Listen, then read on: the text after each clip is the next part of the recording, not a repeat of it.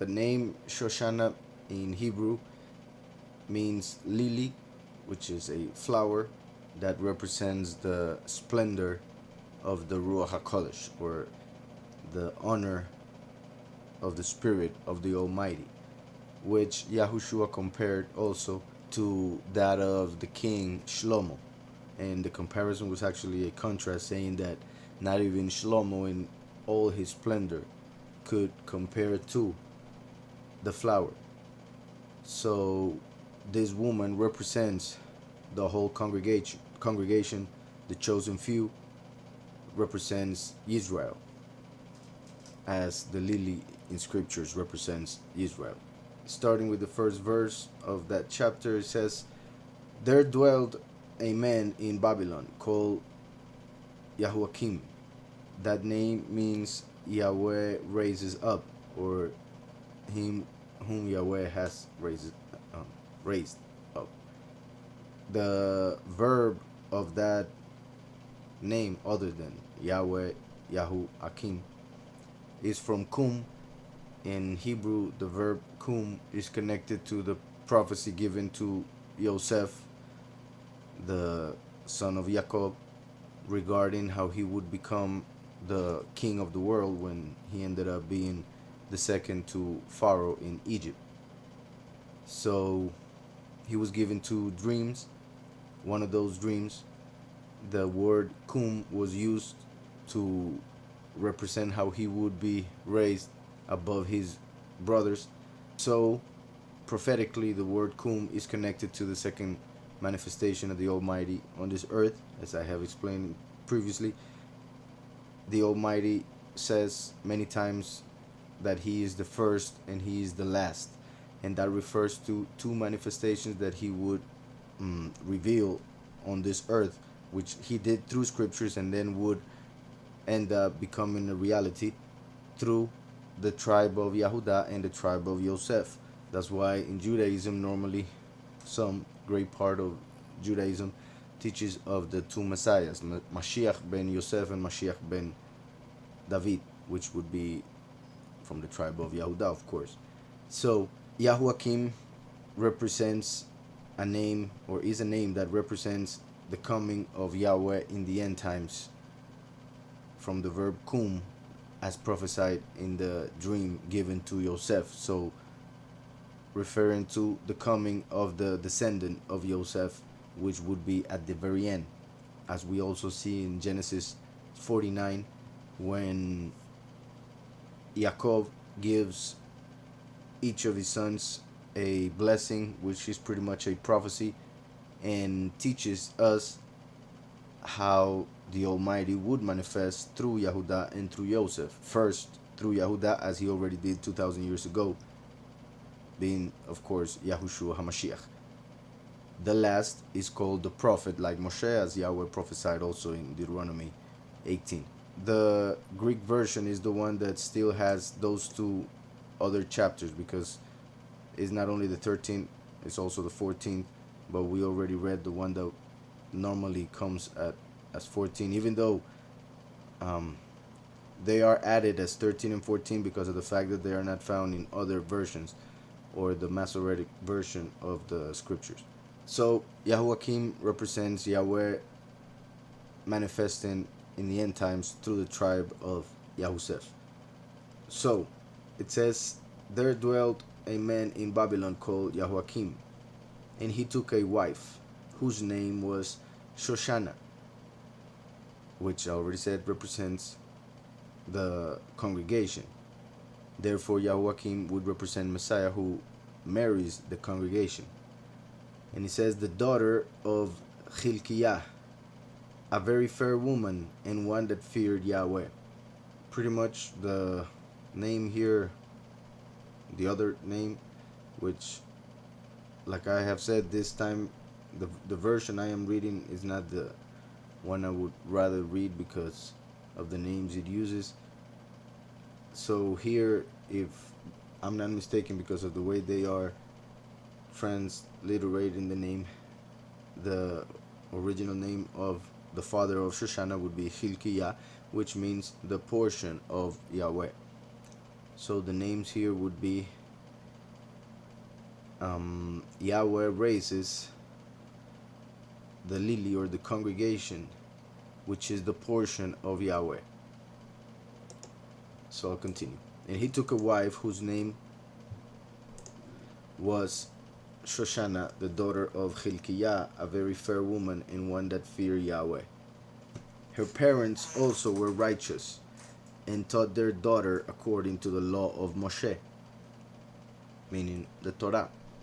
Now Jehoiakim was a great rich man and had a fair garden joining unto his house, as the garden of Eden that Yahweh created through his word, which is Messiah, the husband of the congregation, for whom he came to die.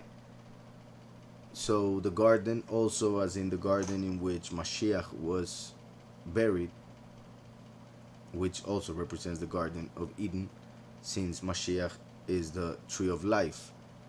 That's why he was planted in a garden, and that's why when Miriam came to look for him and saw a man she thought was the gardener. And well, there's a great teaching regarding that, but I'll continue with this chapter. So now Jehoiakim was a great rich man and had a fair garden joining unto his house. And to him resorted the Yahudim, because he was more honorable than all others. So that shows what I was saying regarding how he would represent Messiah. He was the most honorable, he was rich, he had the garden, etc. Verse 5. The same year were appointed two of the ancients of the people to be judges, such as the sovereign spake of, that wickedness came from Babylon, from ancient judges who seemed to govern the people. So, I repeat that. The same year were appointed two of the ancients of the people to be judges, such as Yahweh spake of, that wickedness came from Babylon, from ancient judges who seemed to govern the people, which is pretty much also the meaning of the Nicolaitans. The word Nicolaitans, the people that Yahweh tells us in the book of Revelation that he hates, the way they behave, the way they control and govern the people, which is the meaning of Nicolaitan. As we see here that the judges took advantage of their authority and started to abuse the people, pretty much, as Yahweh had prophesied. Verse 6. These kept much at Jehoiakim's house, and all that had any suits in law came unto them. Now when the people departed away at noon, Susanna went into her husband's garden to walk, and the two elders saw her going in every day and walking, so that their lust was inflamed toward her. And they perverted their own mind, and turned away their eyes, that they might not look unto heaven, nor remember just judgments. So, since they would see Jehoiakim's wife walking around the garden, and she was beautiful, they started to go after the flesh and the pleasures of the flesh and what the flesh was telling them, instead of seeking the Almighty for strength and help and purity, etc. So it says, and they perverted their own mind and turned away their eyes, that they might not look unto heaven, nor remember just judgments. And albeit that they both were wounded with her love, yet they dare not show another his grief. For they were ashamed to declare their lust that they desired to have to do with her. So they became lustful regarding her and wanted to have her, but they were ashamed because they knew it was wrong, so they would not speak about it So it says, yet they watched diligently from day to day to see her. And the one said to the other, let us now go home, for it is dinner time. So when they were gone out, they parted the one from the other, and turning back again, they came to see. And they, I'm sorry. So when they were gone out, they parted the one from the other, and turning back again, they came to the same place. So they were not telling each other what they wanted to do because they knew that it was a shameful thought.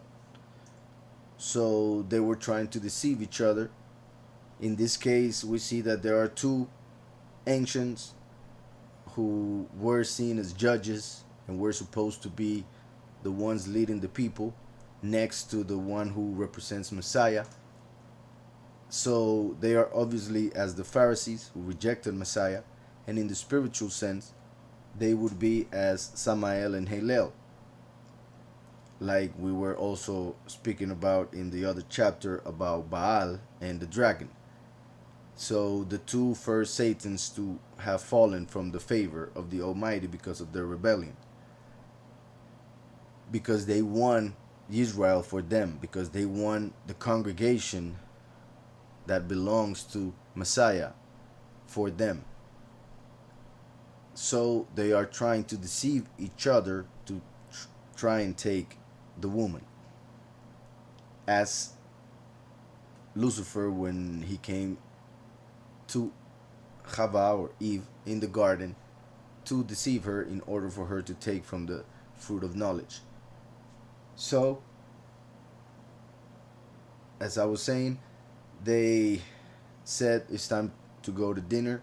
So, like in a movie, they went their separate ways, yet after a while they came to the same place. So when they were gone out, they parted the one from the other, and turning back again, they came to the same place. And after that, they had asked one another the cause. They acknowledged their lust. Then appointed they a time both together when they might find her alone. So they got together and had a plan to be able to get her alone. And it fell out as they watched a fit time. She went in as before with two maids only, and she was desiring to wash herself in the garden, for it was hot. And there was nobody there save the two elders, that had hid themselves and watched her. Then she said to her maids, bring me oil and washing bowls, and shut the garden doors, that I may wash me, or that I may wash myself. The fact that, I repeat, she represents the congregation. She's trying to wash herself, showing also a representation of how we should wash ourselves of our sins, obviously through showing, as it is written, works of repentance, accepting Messiah and then walking according to his ways. So just like she was married to who represents Messiah, and now is about to take a bath, wash herself, yet there are two who are trying to take her for themselves. These two, like I said, in a spiritual sense, represent Samael and Hillel, and in a earthly sense would be the beast and the false prophet of Revelation 13. So, verse 18 says, and they did as she bade them, and shut the garden doors, and went out themselves through secret doors to fetch the things that she had commanded them. But they saw not the elders, because they were hidden.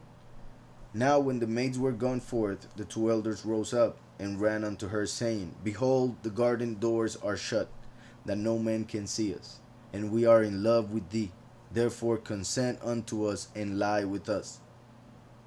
If thou wilt not, we will bear witness against thee, that a young man was with thee, and therefore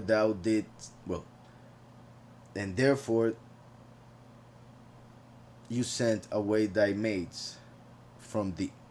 You sent away your maids from you. So the elders told Shoshana that if she did not accept to be with them, to have sex with them, that they would accuse her or of being with a young man. So they would accuse her or of being unfaithful, therefore um, deserving death according to the law. So they were pretty much telling her either you sleep with us or you're gonna die, which is pretty much what happens to the congregation. The beast will tell the congregation either you take the mark of the beast or you will die. Either you become one with the beast, with the system, you accept everything and become a slave of the system, or you die. So if thou wilt not, we will bear witness against thee that a young man was with thee, and therefore you sent away your maids from you. Then Shoshana sighed and said, I am strengthening on every side, like between a rock and a hard place, as they say. For if I do this thing, it is death unto me, and if I do it not, I cannot escape your hands.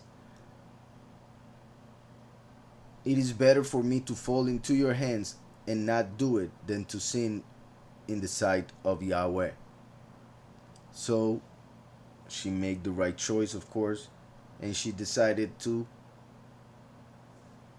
not be with them and for them to say whatever they wanted and trust the Almighty to defend her. So she said, it is better for me to fall into your hands and not do it than to sin in the sight of Yahweh. With that, Shoshana cried with a loud voice, and the two elders cried out against her. Then ran the one and opened the garden door. So when the servants of the house heard the cry in the garden, they rushed in to the secret door to see what was done unto her. But when the elders had declared their matter, the servants were greatly ashamed, for there was never such a report made of Shoshana. And it came to pass the next day, when the people were assembled to her husband Jehoiakim, then the two elders came also, full of mischievous imagination against Shoshana, to put her to death, and said before the people, send for Shoshana, the daughter of Hilkiah, Jehoiakim's wife. And so they sent. So she came with her father and mother, her children, and all her kindred. Now Shoshana was a very delicate woman, and beautiful to behold. And these wicked men commanded to uncover her face, for she was covered, that they might be filled with her beauty. Therefore her friends and all that saw her wept. Then the two elders stood up in the midst of the people and laid their hands upon her head. And she, weeping,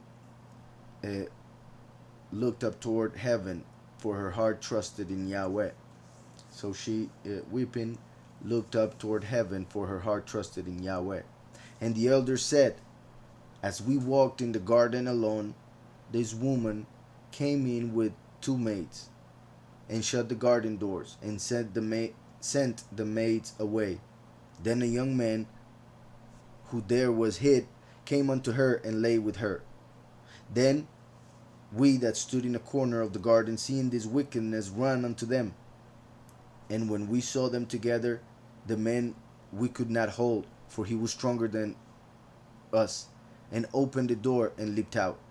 But having taken this woman, we asked who the young man was, but she would not tell us. These things do we testify. This is very interesting how it connects with the end times. As I was saying, these two men, these two elders, would represent the beast and the false prophet, Jehoiakim, as Messiah, and connected with the second coming because of the name, as I explained earlier. And what is interesting is that, well, many things, but one of them, that the Almighty said that the Son of Man would appear as a thief in the night. one of the reasons is because people won't realize that the second coming is happening right in front of their eyes. Only the chosen few, which are his body, so therefore only he himself knows what he's doing. I repeat, because the chosen few who will recognize him are his body, so it's only one. So for the world, he's coming like a thief in the night. They won't realize it. And one other reason why it says thief in the night is because they will see the Son of Man as evil, just like they also claim Mashiach to be, and he never sinned. Yet they claim that he was doing everything, all the miracles, through the spirit of Beelzebub, the Lord of Flies. So they say that he had a demon, etc. So with the second coming will be even, well, the things that will be said, since it will be worldwide and a bunch of other things, because of the way, since the Yahushua came to bring mercy and the last is bringing judgment. The first came as a lamb and the last as a lion, is not going to be as pleasant for people. So since Mashiach came with the mercy and they did what they did and said what they said regarding him, then with the last will happen for sure, and we have no idea how bad it may get regarding how they will refer to him or what they would think regarding him. So one of the things is that they will claim that he's a false prophet, that he's a false Messiah, and that he's trying to destroy the true doctrine, that he's trying to destroy the true Messiah. As if the story here regarding Shoshana were true. What I mean is that they are claiming that she is being unfaithful with somebody who nobody was able to see or know who he was. So they're claiming she's unfaithful with somebody that is in their imagination, while she's being really faithful with her husband, which represents Messiah. So my point is, the chosen few will be faithful to the true doctrine of Mashiach by following the two witnesses, of which one is the prophet like Moshe, who comes from Yosef, therefore represents the second manifestation of Yahweh on this earth. But that is the one whom the world will see as a false prophet, a false Messiah. So they will claim that those people who will be the chosen few are being unfaithful to the Bible and unfaithful to the true Messiah and all of those things that they will say. Just like here, they're saying that Shoshana was being unfaithful to her husband. But it was a complete lie that the two elders, like the beast and the false prophet, will make, so that the world see them as crazy and bad and other things. Hope that is being understood. So just like they said that a young man was laying with her, committing adultery, but then fled like a thief in the night. They didn't say thief in the night, but the fact that they couldn't see his face and all of those things that they said is as if she was unfaithful with somebody that no one was able to see. Yet she was never unfaithful. Just like the chosen few who are faithful to the true Messiah through the true doctrine, which, as Yahweh prophesied, would be taught by the two witnesses in Revelation 11. So, but having taken this woman, we asked who the young man was, but she would not tell us. These things we testify. Then the assembly believed them as those that were the elders and judges of the people, so they condemned her to death. Then Shoshana cried out with a loud voice and said, O everlasting Elohim, that knows the secrets and knows all things before they happen. You know that they have spoken false witness against me, and behold, I must die. Whereas I never did such things as these men have maliciously invented against me. And Yahweh heard her voice. Therefore, when she was led to be put to death, Yahweh raised up the Ruach HaKodesh of a young youth whose name was Daniel. So this is pretty much how Daniel started being used by the Almighty, at least what we are told regarding his youth. So therefore, when she was led to be put to death, Yahweh raised up the Ruach HaKodesh of a young youth whose name was Daniel, which means Yahweh or Elohim is my judge. It can also be seen as the judge of Elohim. So the judge that Yahweh sent in order to find Susanna innocent through wisdom. So here Yahweh started, obviously, even before that, I'm sure.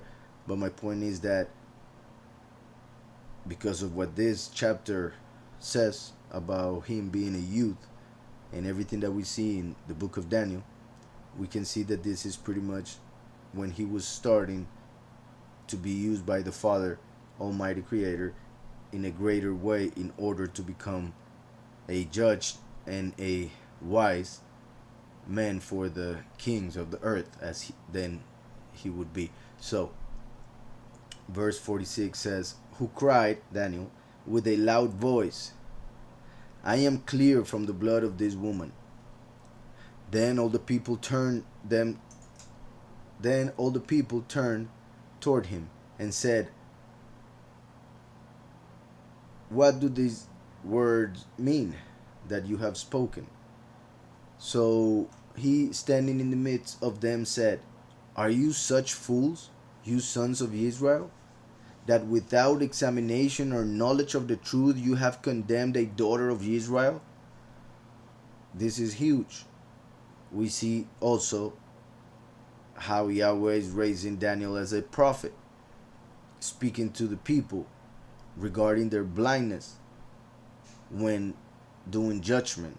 For they were judging a woman who was innocent only because of what they thought, what they had imagined regarding these two elders. They thought they were special, like many people think about the Pope or a lot of people in government. They think that they won't lie to them. They think that they won't take advantage of the people. They think that they won't want to do anything malicious, as they would clearly do, and they are doing for a long time. They have been. So we see that he stands against the judgment of the people to defend this woman, just like in the time of Messiah, nobody stood up to say that they were judging Mashiach wrongly. So it says, he standing in the midst of them said, are ye such fools, you sons of Israel, that without examination or knowledge of the truth you have condemned a daughter of Israel? Return again to the place of judgment, for they have borne false witness against her. Wherefore all the people turned again in haste, and the elder said unto him, come, sit down among us, and show us, seeing that Elohim has given you the honor of an elder. Then said Daniel unto them, put these two aside, one far from the other, and I will examine them.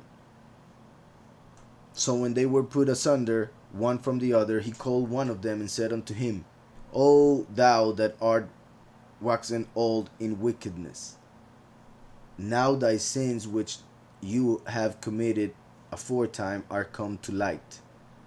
So look how Daniel already knew, and therefore is being clear with this elder regarding his wickedness, which some people would take as disrespectful, and I mean people of this world, of this time, with political correctness and a bunch of other things, not understanding what honor to the elders really is, thinking that is being hypocritical, acting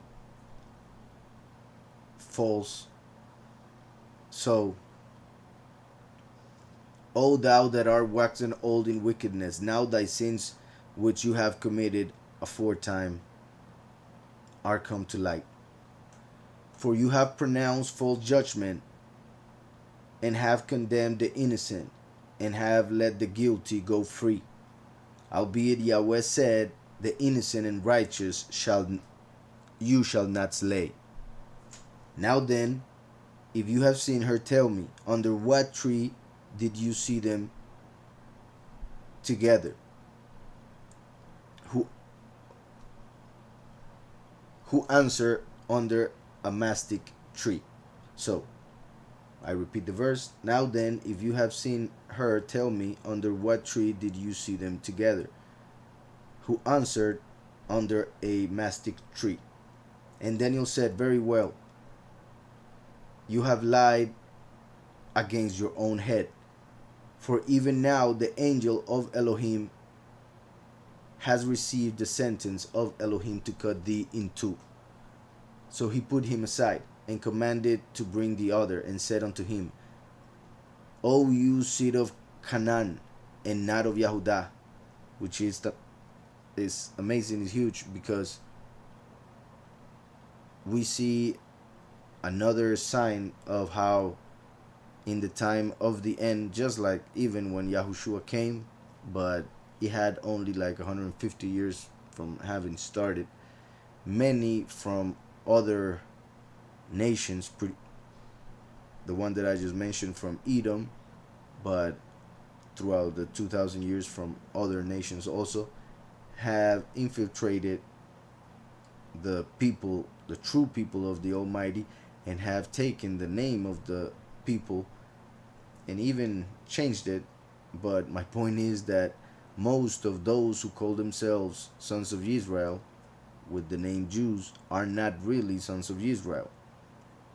They are not really Yahudim, as this elder, which is something that Daniel used to show that he was being pretty much a wolf in sheep clothing, like the false prophet, for instance. So it says, O thou seed of Canaan, and not of Yehudah, beauty has deceived you, and lust has perverted your heart.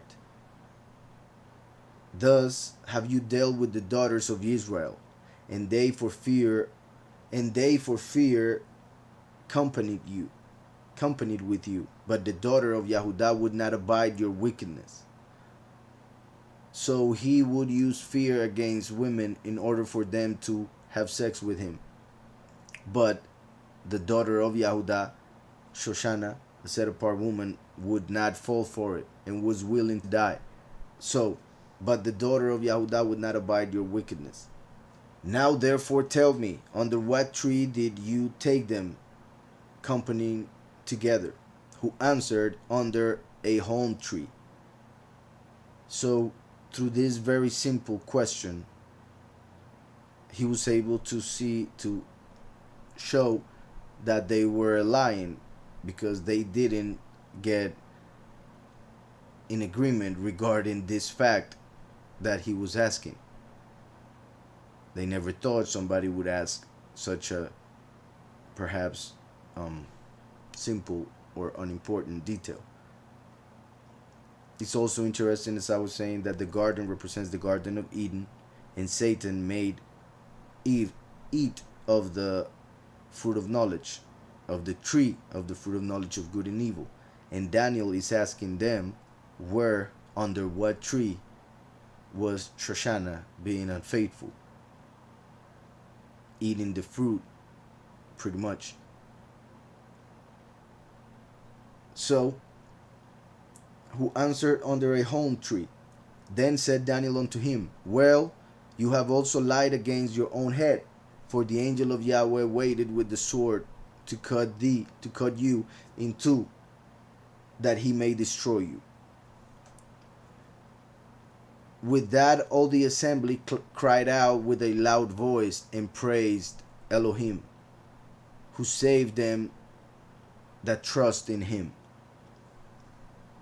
This is interesting also to show how, what real faith can do, and how Yahweh may save us in a miraculous, it will always be miraculous, but I mean in an amazing supernatural way, like when Daniel was thrown with the lions who were very hungry and they did not eat him, when his friends were thrown in the fire and fire did not consume them.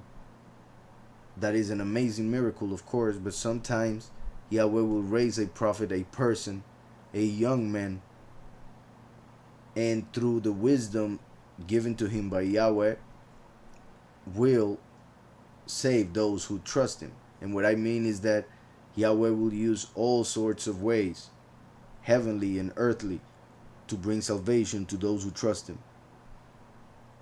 So, with that, all the assembly cried out with a loud voice and praised Elohim who saved them that trust in him.